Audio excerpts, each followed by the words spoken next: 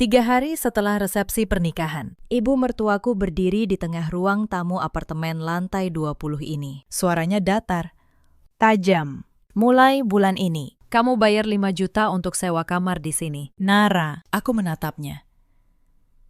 Di sebelahnya, adik iparku Vania tersenyum kecil, pura-pura prihatin. Mereka tidak tahu satu hal, apartemen mewah ini dan villa yang selama ini mereka banggakan di depan tetangga. Dua-duanya berdiri atas namaku. Sertifikat asli ada di brankas pribadiku. Saat seluruh kebenaran terbuka, saat semua kesombongan itu runtuh dalam satu malam, siapa yang akhirnya berlutut memohon di hadapanku? Tonton sampai akhir, karena akhir cerita ini akan membuat kalian terdiam. Selamat datang kembali di kanal ini, tempat kita berbagi kisah nyata tentang keluarga, harga diri, dan keadilan yang selalu datang pada waktunya. Kalau kalian suka cerita seperti ini, tekan tombol berlangganan. Sekarang, mari kita mulai. Namaku Nara, 29 tahun. Aku bekerja sebagai auditor di sebuah firma keuangan di kawasan Sudirman. Sudah 7 tahun, aku menelusuri angka, mencari kebohongan yang disembunyikan orang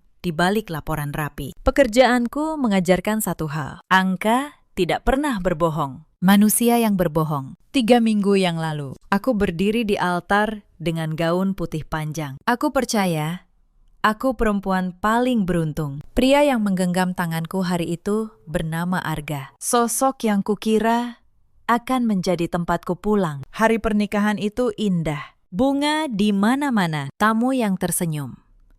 Bu Sulastri, yang saat itu masih memanggilku anakku sayang, memelukku di depan semua orang. Aku menangis bahagia. Aku pikir aku menemukan keluarga. Aku pikir aku menemukan rumah. Betapa naifnya aku saat itu. Aku yang setiap hari membongkar kepalsuan dalam pekerjaanku, tidak melihat kepalsuan yang berdiri tepat di sampingku, memegang tanganku di altar. Tapi mungkin itu bukan karena aku buta. Mungkin karena aku memang ingin percaya. Setiap orang, sekuat apapun, punya satu titik di mana ia ingin dicintai dengan tulus. Dan di titik itulah mereka menyergapku. Aku menyukai Arga karena ia sederhana. Ia tidak pernah membicarakan uang. Ia mengaku hanya pegawai biasa di perusahaan logistik. Aku tidak keberatan. Aku sendiri tidak pernah menyebut berapa yang kumiliki. Kami bertemu setahun sebelumnya di sebuah seminar keuangan. Aku menjadi pembicara. Ia datang sebagai peserta. Saat itu, ia mendekatiku, mengaku tertarik pada caraku menjelaskan angka. Aku terpikat pada kesederhanaannya, atau begitulah yang kukira. Selama berpacaran, Arga selalu hangat. Ia mengantarku pulang. Ia mengingat hal-hal kecil. Ia tidak pernah meminta apapun dariku. Aku pikir aku menemukan pria yang mencintaiku karena diriku, bukan karena hartaku. Aku tidak tahu di belakangku.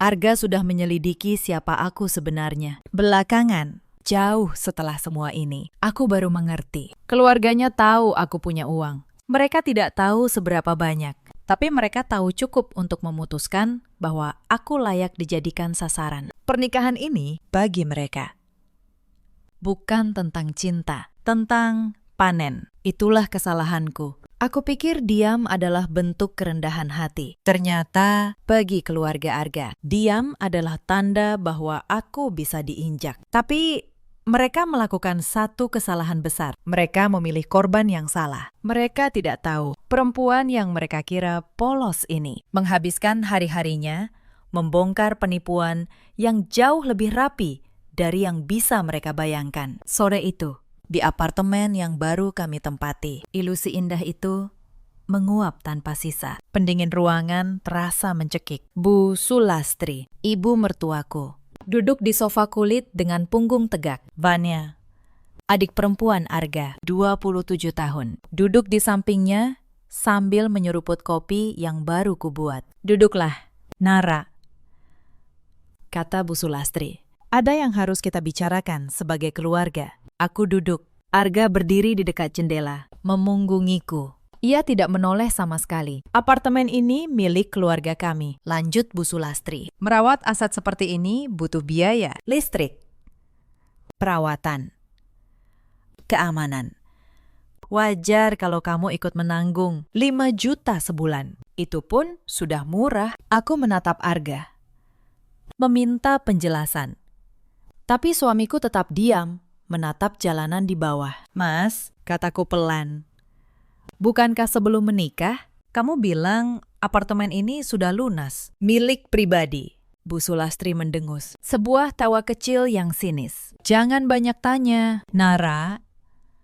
Kamu ini datang dari keluarga biasa, karyawati biasa. Kamu harus tahu diri, bersyukur kami terima kamu di keluarga ini. Fania menambahkan dengan suara manis yang menusuk. Iya, Mbak Nara.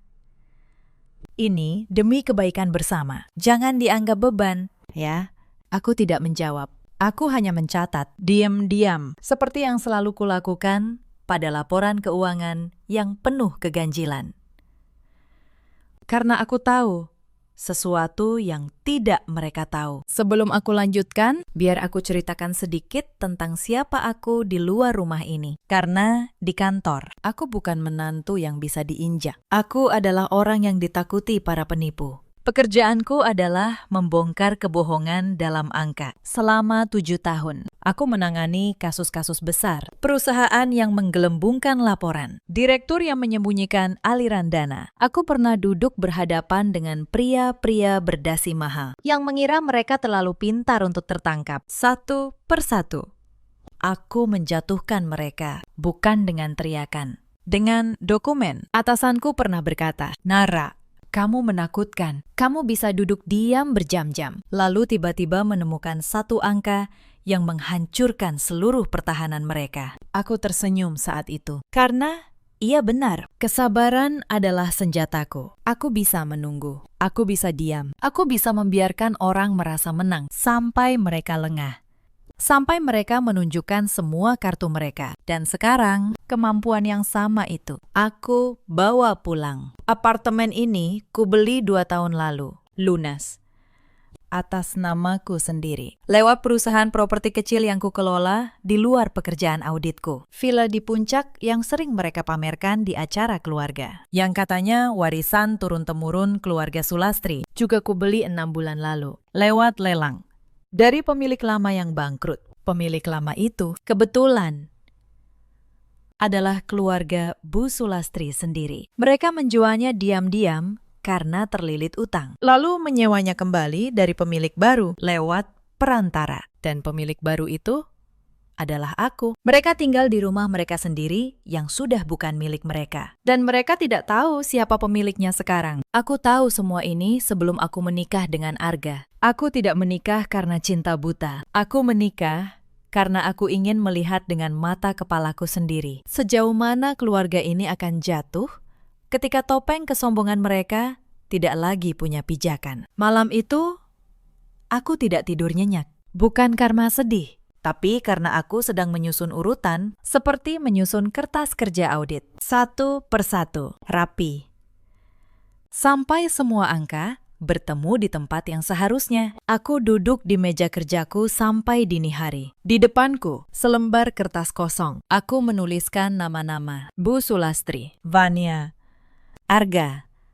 Lalu di bawahnya, aku menuliskan apa yang masing-masing mereka inginkan dariku dan apa yang masing-masing mereka takutkan. Bu Sulastri menginginkan kekuasaan dan gengsi. Ia takut kehilangan muka di depan keluarga besar. Vania menginginkan uang. Ia takut rahasianya terbongkar. Arga menginginkan kedamaian dengan ibunya. Ia takut harus memilih. Ini bukan sekedar konflik keluarga. Ini adalah laporan keuangan yang penuh keganjilan. Dan tugasku, seperti biasa, adalah menemukan satu titik di mana semua kebohongan itu bertemu, lalu menariknya keluar sampai semua runtuh sekaligus. Aku tahu titik itu. Vania.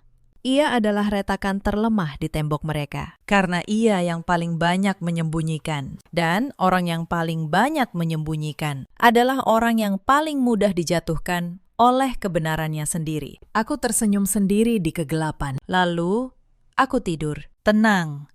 Untuk pertama kalinya sejak menikah. Esok paginya, permainan baru dimulai. Aku bangun pukul 5, menyiapkan sarapan. Bukan karena diperintah, tapi karena aku ingin melihat siapa yang akan datang lebih dulu ke meja. Vania turun pertama. Ia melihat meja penuh. lalu duduk tanpa berterima kasih. Mbak Nara, kopiku kurang manis kemarin, katanya sambil menggeser piring. Tolong lebih diperhatikan. Aku ini adik ipar, bukan tamu. Aku tersenyum. Tentu, Wanya. Aku menuangkan kopi. Sambil itu, aku memperhatikan tas tangan Vania. Tas merek mahal. Lebih mahal dari gaji Arga yang katanya pegawai biasa. Aku menyimpan detail itu di kepalaku. Aku juga memperhatikan hal-hal lain. Cara Vania berbicara dengan ibunya, penuh isyarat tersembunyi. Seolah mereka punya bahasa rahasia. Cara Bu Sulastri selalu menyebut keuangan keluarga dengan nada yang terlalu sering. Terlalu sengaja. Cara Arga selalu menghindar setiap kali topik uang muncul. Bertahun-tahun membaca laporan keuangan mengajariku satu hal. Hal yang paling penting biasanya adalah hal yang orang paling sering ulang atau hal yang orang paling hindari. Dan di rumah ini, keduanya menunjuk ke arah yang sama. Uang. Asetku. Itulah satu-satunya alasan aku ada di sini bagi mereka. Aku tidak marah. Aku justru merasa tenang. Karena ketika kamu sudah tahu apa yang sebenarnya diinginkan lawanmu, permainan menjadi jauh lebih mudah. Bu Sulastri turun. Ia menatap meja, lalu menatapku. Nara, soal uang sewa tadi, transfer hari ini, ya. Ibu butuh untuk arisan. Baik, Bu. Jawabku tenang. Aku transfer 5 juta sore itu. Bukan karena takut, tapi karena setiap transfer meninggalkan jejak. Dan jejak adalah bukti. Seorang auditor tidak pernah membayar tanpa mencatat kemana uang itu pergi. Yang menarik, beberapa jam setelah aku transfer, aku memeriksa. Uang 5 juta itu tidak masuk ke rekening arisan seperti yang Bu Sulastri katakan. Sebagian besar berpindah ke rekening Vania. Aku menyimpan catatan itu. Satu lagi benang yang nanti akan kutarik. Inilah cara mereka bekerja. Bu Sulastri menekan dengan alasan-alasan keluarga. Uang mengalir. Vania menampungnya. Lalu mereka berdua berpura-pura bahwa keluarga sedang kesulitan. Supaya bisa menekan lebih banyak lagi. Sebuah lingkaran yang rapi, tapi tidak cukup rapi untuk lolos dari mata seorang auditor. Insiden yang membuatku semakin yakin terjadi seminggu kemudian. Bu Sulastri memintaku menemaninya ke sebuah acara keluarga besar. Bukan untuk dihormati, tapi untuk dipamerkan sebagai menantu yang tahu diri, yang melayani mertuanya dengan patuh. Sepanjang acara, aku diminta berdiri di belakang, membawakan tasnya, mengambilkan minumnya. Seperti asisten pribadi. Saat ada kerabat yang bertanya pekerjaanku, Bu Sulastri menjawab cepat. Sebelum aku sempat bicara. Oh, dia cuma karyawati kantoran biasa. Untung kami mau menerima dia. Aku diam. Tersenyum. Karena aku tahu suatu hari, di ruangan yang sama, dengan orang-orang yang sama, kebenaran akan terdengar. Dan saat itu tiba. Tidak akan ada satupun dari mereka yang bisa berkata-kata. Hari-hari berikutnya berjalan seperti yang sudah kuduga. Aku diperlakukan seperti pembantu di apartemen yang kumiliki sendiri. Pagi aku memasak, siang aku membersihkan, malam aku mencuci. Bu Sulastri mengawasi setiap gerakanku, mencari celah untuk dikomentari. Lantainya masih licin. Kamu tidak becus.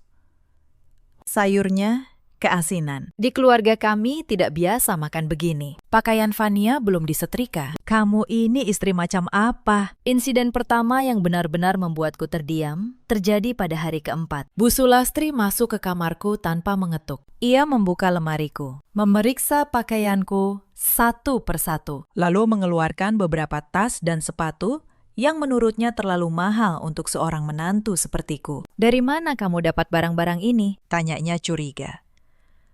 Karyawati biasa tidak punya barang seperti ini. Kamu menyembunyikan sesuatu dari kami. Aku hanya menjawab pelan. Itu hadiah, Bu. Padahal itu kubeli sendiri bertahun-tahun lalu dari uang hasil kerjaku. Tapi aku tidak ingin membuka kartu terlalu dini. Bu Sulastri menyita 2 tas itu. Biar Vania yang pakai. Kamu tidak pantas. Aku tidak melawan. Aku mencatat. Penyitaan barang pribadi. Hari keempat. Insiden kedua terjadi seminggu kemudian. Aku pulang larut dari kantor karena ada audit mendadak. Saat aku sampai, pintu apartemenku dikunci dari dalam. Aku mengetuk. Tidak ada yang membuka selama hampir 1 jam. Saat akhirnya, Fania membuka pintu. Ia tersenyum manis. Maaf, Mbak Nara.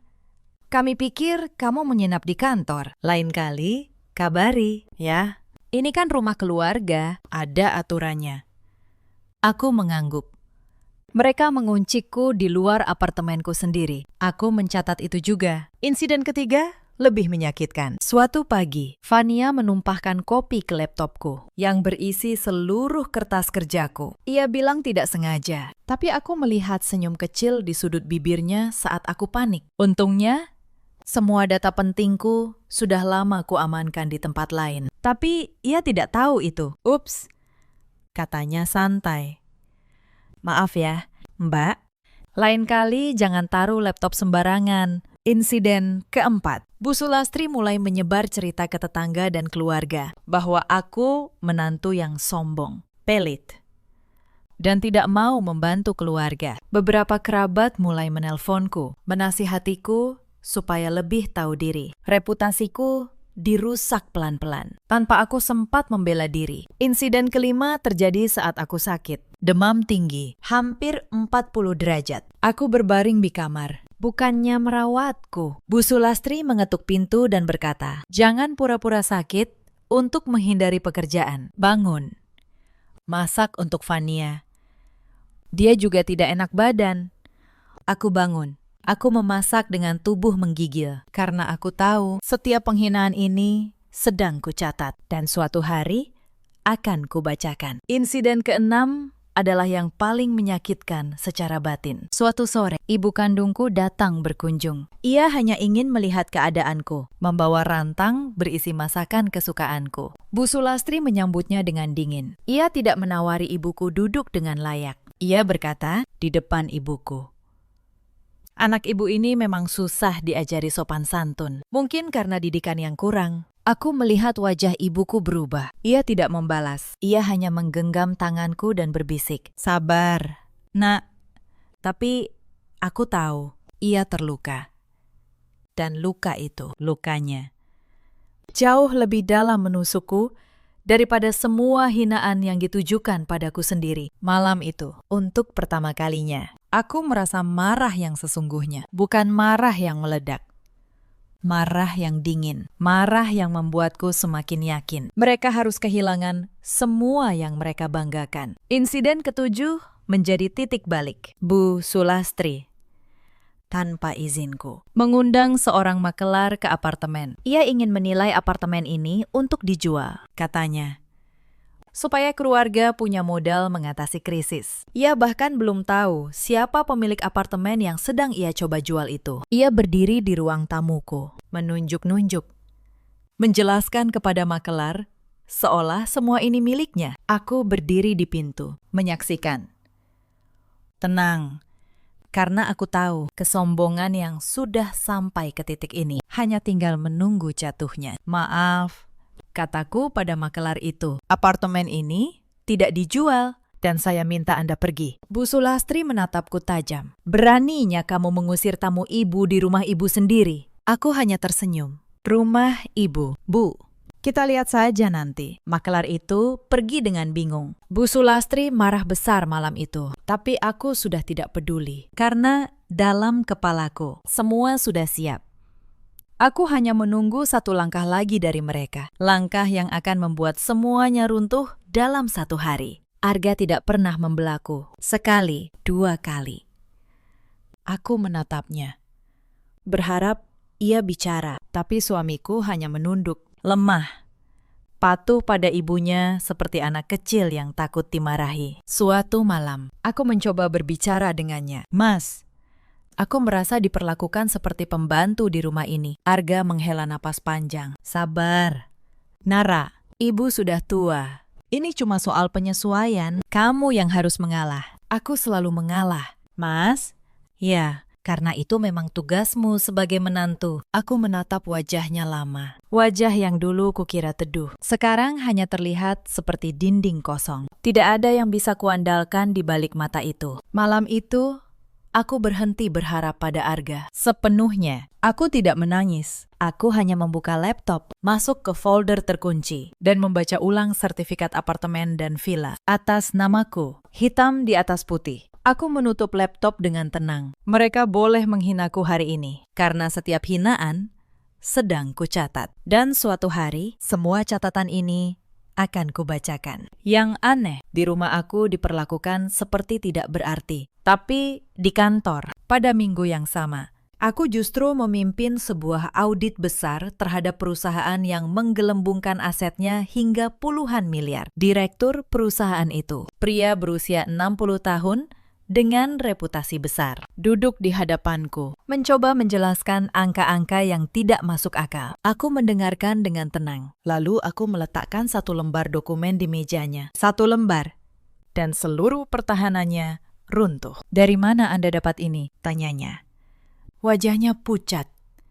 Dari jejak yang Anda tinggalkan sendiri. Pakistan, jawabku. Orang selalu meninggalkan jejak. Mereka hanya berharap tidak ada yang cukup sabar untuk mencarinya. Malam itu, aku pulang ke apartemen. Dari ruangan tempat aku menjatuhkan direktur sombong, ke ruangan tempat aku diperlakukan seperti pembantu. Dua dunia yang berbeda, tapi aku tahu keduanya bekerja dengan hukum yang sama. Kesombongan selalu meninggalkan jejak, dan jejak selalu bisa ditarik. Aku hanya menunggu waktu yang tepat untuk menarik jejak keluarga ini. Minggu kedua, tekanan meningkat. Bu Sulastri datang ke kamarku pagi-pagi sambil membawa setumpuk dokumen. Fania mengikutinya.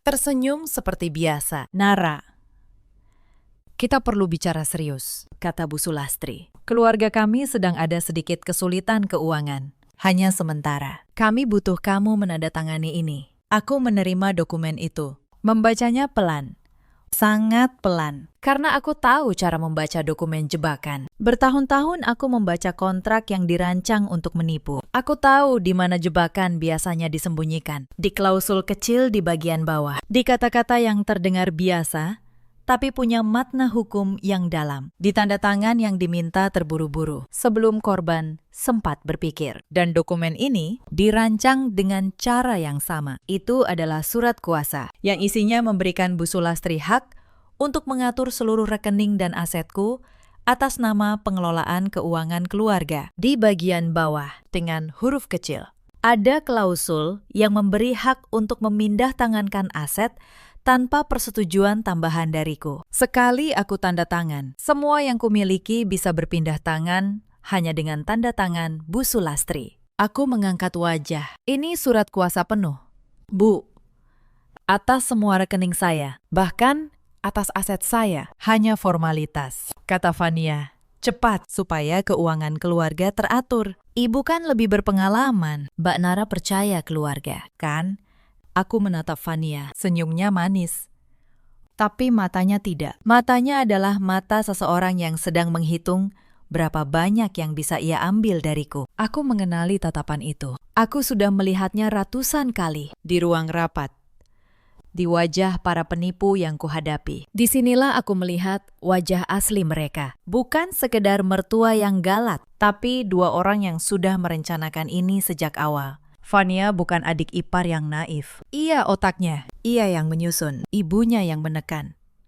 Dan Arga, suamiku, adalah umpan yang mereka pasang setahun lalu untuk menarikku masuk. Aku tersenyum. Senyum yang tidak mereka mengerti. Saya perlu waktu untuk membaca lebih teliti. Bu, dokumen seperti ini tidak boleh ditandatangani terburu-buru. Wajah Bu Sulastri mengeras. Kamu meragukan keluarga sendiri. Saya hanya teliti. Bu, itu pekerjaan saya. Mereka pergi dengan wajah masam. Tapi aku tahu, mereka tidak akan berhenti. Orang yang sudah berani meminta surat kuasa penuh, tidak akan mundur hanya karena ditolak sekali. 2 hari kemudian, mereka mencoba lagi. Kali ini, dengan cara yang lebih halus, lebih licik. Bu Sulastri tiba-tiba berpura-pura sakit. Ia berbaring di kamar, mengerang. Memanggil Arga. Saat aku masuk untuk melihat keadaannya, ia menggenggam tanganku dengan air mata. Nara, ibu mungkin tidak punya banyak waktu lagi, katanya lirih. Ibu cuma ingin keluarga ini aman sebelum ibu pergi. Tolong, tanda tangani surat itu. Demi ketenangan ibu. Fania berdiri di sudut, menyeka air mata palsu. Mbak Nara, tolonglah.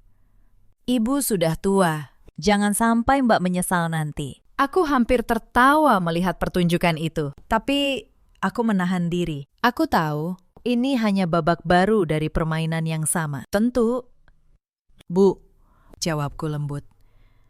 Tapi saya ingin notaris yang membacakannya, supaya semuanya sah dan tidak ada yang dirugikan, termasuk ibu. Wajah Bu Sulastri yang tadi lemah seketika mengeras, karena ia tahu notaris berarti saksi, dan saksi berarti jejak. Tidak perlu notaris, katanya cepat. Lupa pada sandiwara sakitnya. Ini urusan keluarga. Justru karena urusan keluarga, harus jelas. Bu, ia tidak menjawab, tapi dari sorot matanya, aku tahu. Kesabarannya sudah habis. Dan orang yang kehabisan kesabaran akan melakukan langkah terakhir yang nekat. Aku menunggu langkah itu. Malam itu, aku menelpon Pak Hendra, notaris pribadiku.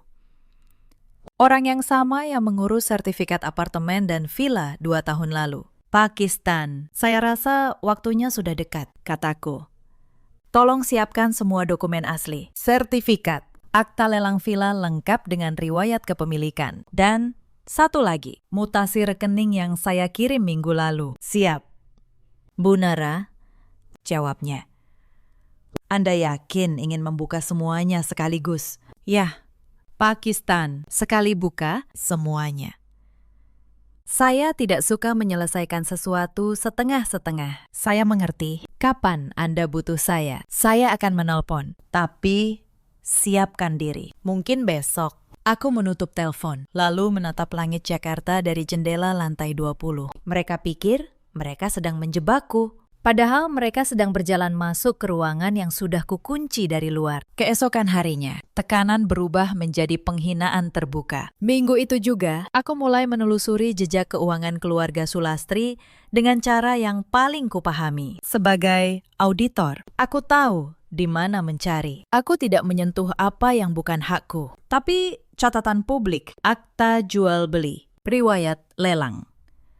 Semua itu terbuka bagi siapapun yang tahu cara membacanya. Yang kutemukan membuatku terdiam. Keluarga Sulastri tidak sekaya yang mereka tunjukkan. Villa yang sudah kubeli itu hanyalah satu dari beberapa aset yang mereka jual diam-diam selama 3 tahun terakhir. Mereka hidup dari topeng. Mereka pinjam ke sana, gadai ke sini, hanya untuk mempertahankan gambaran keluarga kaya di depan kerabat. Dan di tengah semua itu, ada satu rekening yang terus menyedot uang keluar. Rekening atas nama Fania. Aku menyalin semua jejak itu. Rapi. Bertanggal.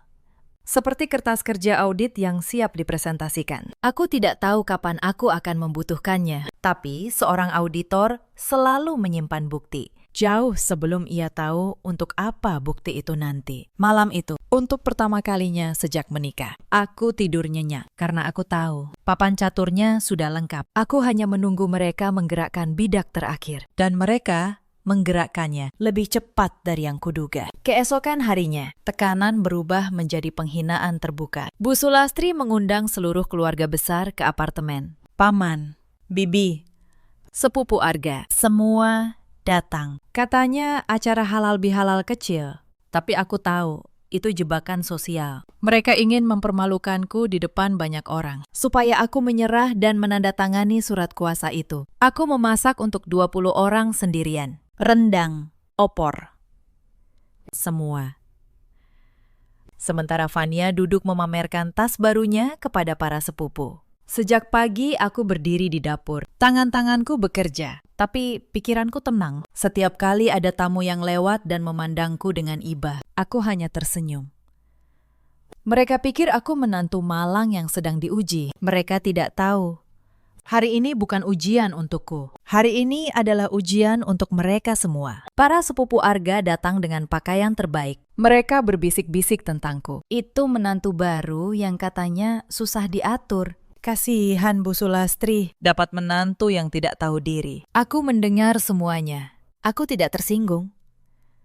karena aku tahu dalam beberapa jam kata-kata mereka akan berbalik arah sepenuhnya. Saat semua berkumpul, Bu Sulastri memulai pertunjukannya. Nah, semuanya, katanya lantang. Aku ingin kalian tahu, menantuku ini dari keluarga sederhana, tapi kami terima dia dengan tangan terbuka. Sayang, dia agak susah diatur. Bahkan untuk urusan keuangan keluarga, dia menolak membantu. Para tamu menatapku. Ada yang mencibir, ada yang berbisik. Fania menambahkan, suaranya terdengar prihatin yang dibuat-buat. Kasihan ya, Bu.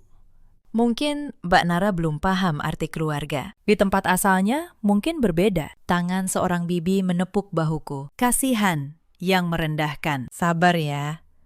Nak, belajar pelan-pelan jadi menantu yang baik. Aku berdiri di tengah ruangan, menatap mereka satu persatu. Tenang. Sedatar permukaan air di dalam gelas. Dan untuk pertama kalinya, aku memutuskan. Hari penyelesaian itu adalah hari ini. Bu Sulastri, kataku pelan. Tapi semua orang mendengar. Boleh saya bicara di depan semua orang? Karena ini soal keluarga. Biar semua tahu. Bu Sulastri tersenyum menang. Ia pikir aku akan menyerah. Ia pikir aku akan menangis dan minta maaf. Silakan, katanya. Akui saja kesalahanmu. Aku mengeluarkan ponselku. Menelpon Pak Hendra. Pak Hendra, tolong naik. Saya tunggu di lantai 20. 5 menit kemudian, pintu apartemen terbuka. Pak Hendra masuk, membawa map tebal berwarna coklat. Ia menundukkan kepala sopan kepadaku. Selamat siang, Bu Nara. Semua dokumen sudah saya bawa. Suasana berubah. Bu Sulastri menatap map itu. Fania berhenti tersenyum. Para tamu saling berpandangan, bingung. Mereka tidak mengerti apa yang sedang terjadi. Tapi mereka merasakan sesuatu yang besar akan terjadi. Udara di ruangan itu menjadi berat. Siapa ini? Tanya Bu Sulastri. Suaranya mulai goyah. Notaris saya, jawabku tenang. Pak Hendra, tolong bacakan dokumen pertama. Pak Hendra membuka map. Sertifikat hak milik atas apartemen ini, tower ini. Unit lantai 20, atas nama Nara. Dibeli lunas 2 tahun lalu. Sah dan terdaftar di Badan Pertanahan. Ruangan senyap. Seperti seseorang menarik semua udara keluar sekaligus. Bu Sulastri tertawa kaku. Tawa yang tidak meyakinkan siapapun. Itu palsu. Apartemen ini milik keluarga kami. Sudah turun-temurun. Dokumen ini terdaftar resmi. Bu, kata Pak Hendra, tenang. Bisa diverifikasi siapa saja, termasuk ibu. Dokumen kedua. Pak Hendra, kataku. Akta lelang atas villa di Puncak. Properti yang dilelang oleh pengadilan 2 tahun lalu karena pemilik sebelumnya gagal bayar utang sebesar 4 miliar. Pemenang lelang dan pemilik sah saat ini atas nama Nara. Pak Hendra mengangkat 1 lembar. Dan ini riwayat kepemilikan sebelumnya atas nama keluarga Sulastri. Sebuah piring jatuh dari tangan salah satu sepupu. Pecah di lantai. Tidak ada yang bergerak untuk membersihkannya. Seorang bibi yang tadi menepuk bahuku dengan kasihan, kini menutup mulutnya dengan tangan. Seorang paman menggeleng pelan. Tidak percaya. Semua mata kini bergantian menatap aku. Dokumen di tangan Pak Hendra. Dan Bu Sulastri yang berdiri membatu. Bu Sulastri berdiri. Wajahnya pucat. Telunjuknya gemetar mengacung ke arahku. Kamu menipu kami. Aku menatapnya tanpa berkedip. Tidak. Bu, saya tidak menipu siapapun. Saya hanya membeli apa yang ibu jual 2 tahun lalu. Keluarga ibu menjual villa itu diam-diam untuk menutup utang. Lalu ibu menyewanya kembali lewat perantara, supaya tetap bisa membanggakannya di depan keluarga. Saya yang membelinya, lewat lelang resmi, dengan uang saya sendiri. Itu tidak mungkin, suara Bu Sulastri bergetar. Kamu cuma karyawati. Dari mana uangmu? Dari pekerjaan saya, Bu. Dan dari perusahaan kecil yang saya kelola di luar kantor selama bertahun-tahun. Sementara ibu sibuk menilai saya dari pakaian dan tas. Saya sibuk membangun. Diam-diam, karena saya percaya kerja yang sesungguhnya tidak perlu diumumkan. Aku berbalik menatap para tamu. Selama ini, Ibu meminta saya membayar sewa 5 juta sebulan untuk tinggal di apartemen yang saya beli sendiri. Dan kemarin, ibu meminta saya menandatangani surat kuasa atas seluruh rekening saya. Atas nama keluarga, bisik-bisik menjalar di antara para tamu. Wajah-wajah yang tadi mencibir, kini menatap Bu Sulastri dengan ekspresi berbeda. Seorang paman tua berdiri. Sulastri, ini benar. Kamu menjual villa keluarga tanpa memberitahu kami. Kami semua mengira itu masih milik keluarga. Bu Sulastri tidak bisa menjawab. Wajahnya yang biasa angkuh, kini retak di depan semua orang yang selama ini ia kuasai dengan kebohongan. Fania melangkah maju, mencoba menyelamatkan keadaan. Mbak Nara, ini salah paham.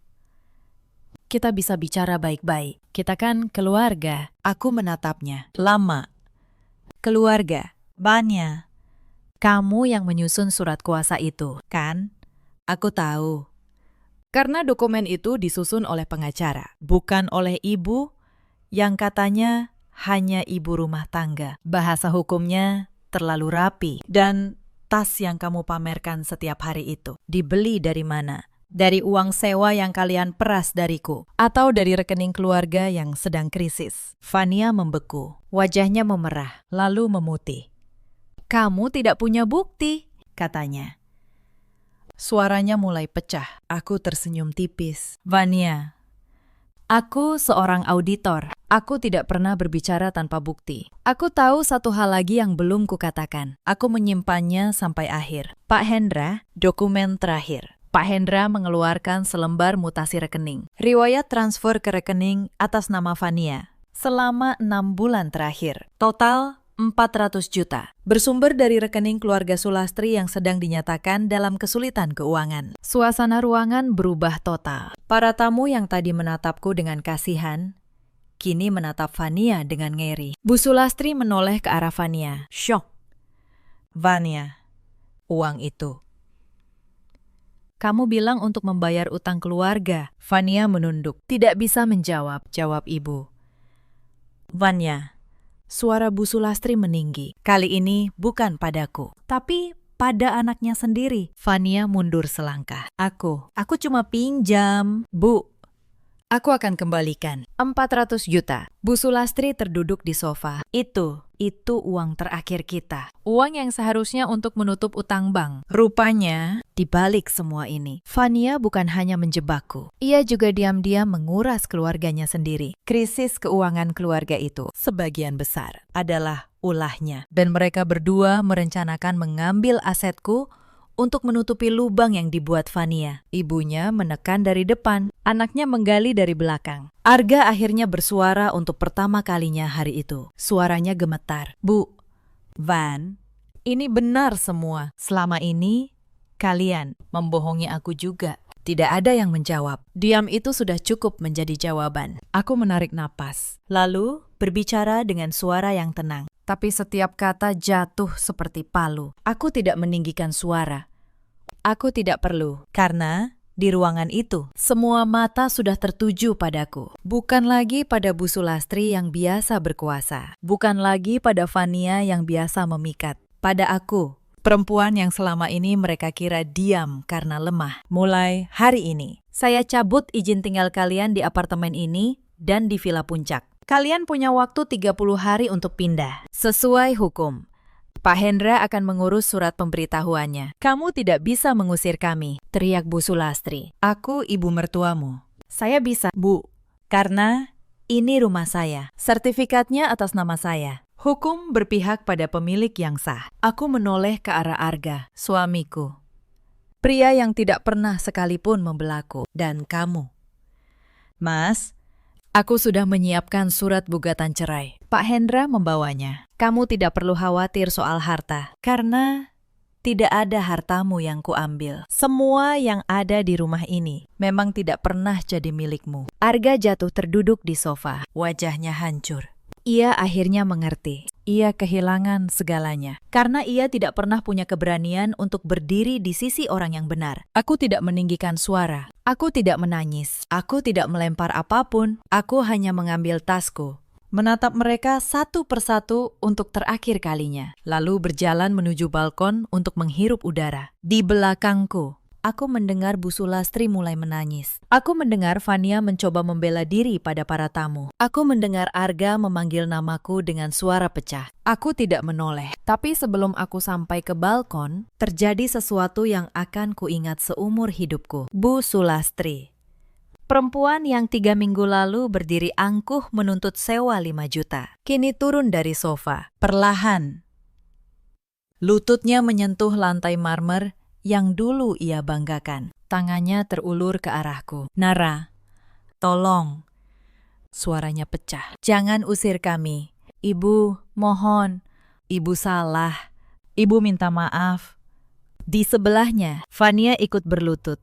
Air matanya kali ini sungguhan. Mbak Nara, ampuni kami. Kami akan kembalikan semuanya. Tolong jangan biarkan kami jadi gelandangan. Para tamu terdiam menyaksikan. Pemandangan yang 3 minggu lalu mustahil dibayangkan. Ibu mertua dan adik ipar yang dulu menginjakku, kini berlutut di kakiku. Di lantai apartemen yang ternyata milikku. Aku berhenti melangkah. Aku menatap mereka. Lama. Dan untuk sesaat, ada bagian kecil dalam diriku yang merasa kasihan. Tapi aku ingat ibuku yang dipermalukan. Aku ingat tubuhku yang menggigil demam sambil dipaksa memasak. Aku ingat semua pagi yang dimulai dengan hinaan. Aku berbicara dengan suara paling tenang yang kupunya. Bangunlah, Bu. Berlutut tidak akan mengubah apapun. Saya tidak meminta kalian berlutut. Saya hanya meminta kalian pergi. 30 hari, itu sudah lebih dari adil. Aku berbalik. Dan kali ini, aku benar-benar tidak menoleh lagi. Bu Sulastri dan Fania pindah ke sebuah rumah kontrakan kecil di pinggir kota. Kontrakan. Bukan rumah mewah yang dulu mereka banggakan. Para tamu yang dulu menghormati mereka, kini menjauh.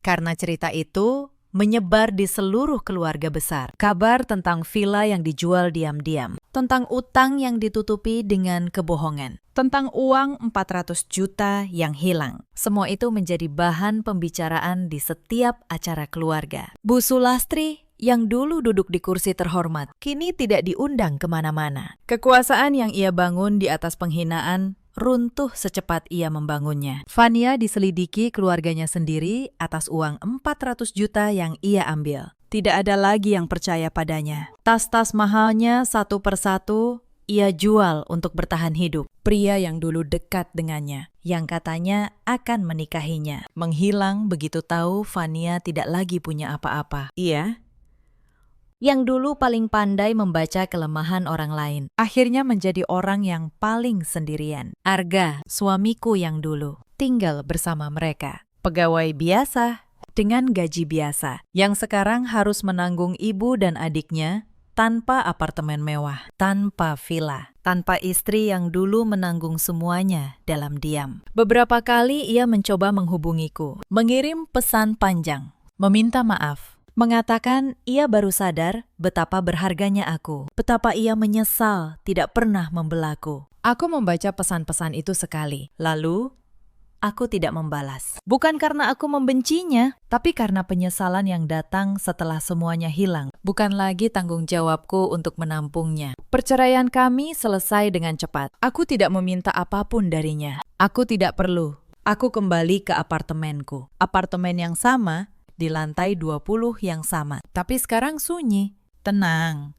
Milikku sepenuhnya, tanpa suara yang menghinaku setiap pagi. Aku mengganti seluruh perabotan. Aku membuka jendela lebar-lebar. Aku menanam beberapa pot bunga di balkon. Untuk pertama kalinya dalam berbulan-bulan, apartemen itu terasa seperti rumah. Rumahku. Pagi-pagi, aku menyeduh kopi sendiri, tanpa ada yang mengomel bahwa kopiku kurang manis. Aku memasak apa yang kusuka, tanpa ada yang bilang masakanku keasinan. Aku duduk di meja kerjaku, membuka folder kerja yang baru. Hidupku kembali menjadi milikku. Villa di puncak kuubah menjadi tempat peristirahatan. Sesekali aku ke sana di akhir pekan, duduk di teras yang dulu mereka banggakan, menikmati udara yang dulu mereka kira milik mereka. Aku tidak pernah datang dengan kemarahan. Aku datang dengan ketenangan, karena keadilan yang sejati tidak pernah berisik. Beberapa bulan kemudian, karirku semakin menanjak. Firma tempatku bekerja mengangkatku menjadi kepala divisi audit.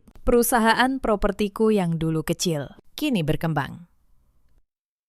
Aku membeli aset-aset baru, kali ini tanpa perlu menyembunyikannya dari siapapun, karena tidak ada lagi yang perlu kuwaspadai di rumah. Aku juga memboyong ibu kandungku tinggal lebih dekat denganku. Perempuan yang dulu dipermalukan di apartemen ini, kini sesekali datang berkunjung, duduk di balkon yang sama, menyeruput teh sambil tersenyum. Setiap kali aku melihatnya bahagia, aku tahu semua yang kulalui sepadan. Suatu hari, di sebuah pusat perbelanjaan, aku tidak sengaja berpapasan dengan Vania. Ia terlihat lelah, pakaiannya sederhana. Tas mahalnya sudah lama hilang. Ia melihatku, lalu cepat-cepat menunduk dan berbalik arah. Aku tidak mengejarnya. Aku tidak menyapanya. Aku hanya melanjutkan langkahku. Karena bagiku, ia sudah bukan siapa-siapa. Bukan lawan, bukan musuh, bukan adik ipar. Hanya seseorang dari masa lalu yang memilih jalan yang salah dan sekarang harus berjalan di atasnya sendirian. Itulah hukuman yang sesungguhnya, bukan penjara.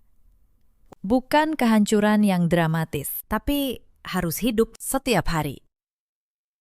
Dengan kesadaran bahwa kamu pernah memiliki segalanya, lalu menghancurkannya dengan tanganmu sendiri. Hari itu aku menyadari satu kebenaran. Hukuman terbaik bagi orang yang pernah menindas bukanlah kehancuran di tanganmu. Hukuman terbaik adalah membiarkan mereka tetap hidup, sehat, dan sadar. Menyaksikan keberhasilanmu dari kejauhan, sambil memikul penyesalan sepanjang sisa hidup mereka. Aku tidak pernah membenci mereka dengan teriakan. Aku hanya berhenti memberi mereka tempat dalam hidupku. Kadang orang bertanya, apakah aku puas dengan apa yang terjadi? Jawabanku selalu sama. Aku tidak mencari kepuasan. Aku mencari keadilan. Dan keadilan ketika datang tidak terasa seperti kemenangan yang meriah. Ia terasa seperti udara segar setelah lama tercekik. Seperti rumah yang akhirnya sunyi. Seperti pagi yang akhirnya tenang. Aku tidak menghancurkan mereka. Mereka menghancurkan diri sendiri. Aku hanya menolak menjadi tangga bagi kesombongan mereka. Dan saat tangga itu ditarik, mereka jatuh karena beban mereka sendiri. Cerita ini mengajarkan satu hal. Jangan pernah menilai seseorang dari penampilannya. Dan jangan pernah meninjak orang yang diam. Karena diam bukan berarti lemah. Kadang, diam adalah orang yang sedang menghitung. Di luar sana, ada banyak perempuan seperti aku dulu yang diam karena menghormati, yang mengalah karena ingin menjaga keutuhan keluarga. Untuk kalian, aku ingin berkata, menghargai diri sendiri bukan kesombongan. Itu adalah kewajiban. Ada juga banyak suami seperti Arga yang memilih diam karena takut, lalu kehilangan segalanya, karena tidak pernah berani berpihak pada yang benar. Dan ada pula para ibu mertua, juga para adik ipar, yang mengira kekuasaan dalam keluarga bisa dibangun di atas penghinaan. Mereka lupa, semua yang dibangun di atas kesombongan akan runtuh pada waktunya.